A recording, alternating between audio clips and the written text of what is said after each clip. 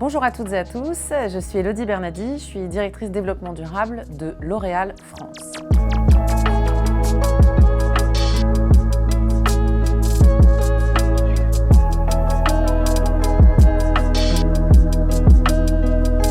Moi, mon premier contact avec Neoma, c'était quand j'étais admissible pour aller passer mes oraux. Et ce que j'ai tout de suite beaucoup aimé, déjà, c'était la ville de Reims, parce que moi, à mon époque, c'était pas encore Neoma, et donc l'école s'appelait Subdeco Reims.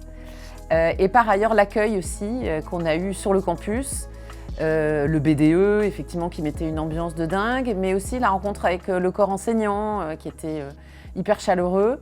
Et puis, effectivement, le monde associatif aussi, que je découvrais pour la première fois, après mes années de prépa et universitaire. Et pour moi, c'était un nouveau monde qui s'ouvrait à moi, d'agilité, de rencontres, et puis déjà un peu d'esprit d'entrepreneuriat, et puis évidemment de bons rapports entre copains de promo. Alors, je dirais qu'il n'y a pas forcément de grands déclencheurs qui a vraiment poussé un peu cette vocation à contribuer à la transformation durable de L'Oréal, mais c'est plus tout un enchaînement logique qui s'est fait dans mon parcours, et surtout le job que j'ai eu précédemment, où j'étais directrice générale de la marque Garnier, qui a opéré une mue absolument fondamentale, je dirais, ces 5 dernières années, pour devenir vraiment aujourd'hui le fer de lance de L'Oréal en matière de beauté durable.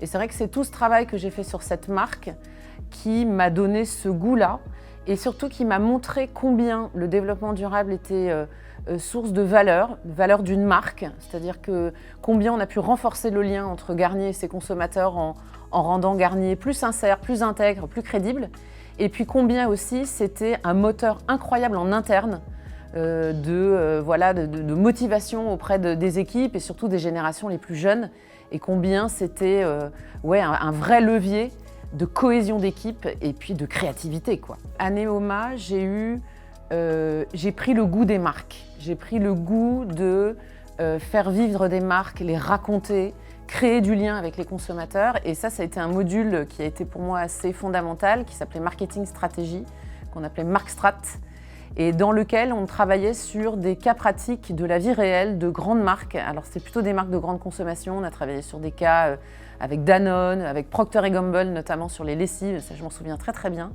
Et où je me suis dit, mais en fait c'est merveilleux de faire du business tout en racontant des histoires.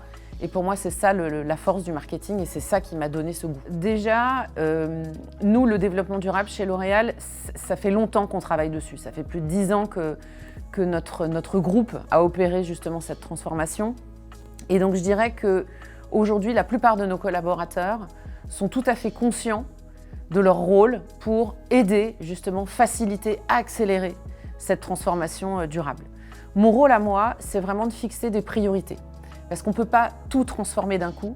Et surtout, l'idée, c'est vraiment d'aller chercher des initiatives qui vont vraiment avoir de l'impact, qui vont vraiment nous aider à réduire notre empreinte carbone, à réduire notre consommation en eau, à contribuer à préserver la biodiversité, et puis à sortir aussi des ressources non renouvelables. Ça, c'est vraiment mon travail au quotidien. Moi, le conseil que je donnerais aux étudiants qui rejoignent Neoma, déjà, c'est de profiter à fond de leurs années d'école. Parce que c'est vrai que c'est des années qui sont très fondatrices. Moi, je m'y suis fait des amis pour la vie.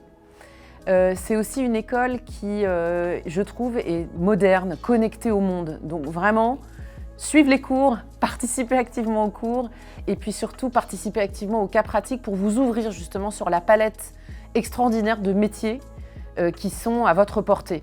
Parce que c'est vrai que moi, quand j'ai fait Subdeco Reims, donc il y a déjà quelques années, il y avait tous les nouveaux métiers aujourd'hui qui existent, que ce soit les métiers du digital, les métiers du développement durable, mais même les métiers de la com qui se sont complètement renouvelés, du monde des médias, etc. En fait, ces métiers-là n'existaient pas, et donc la palette était beaucoup moins riche. Donc moi, je dirais vraiment, connectez-vous à votre école et à tout ce qu'elle peut vous offrir.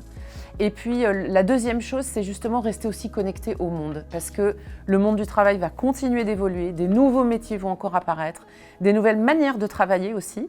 Donc je pense qu'il faut non seulement être très connecté au monde et se rendre compte de son changement, et rester très agile aussi. Voilà, rester agile, travailler votre jeu de jambes, parce que voilà, dans une carrière, moi je crois que rien n'est jamais vraiment linéaire.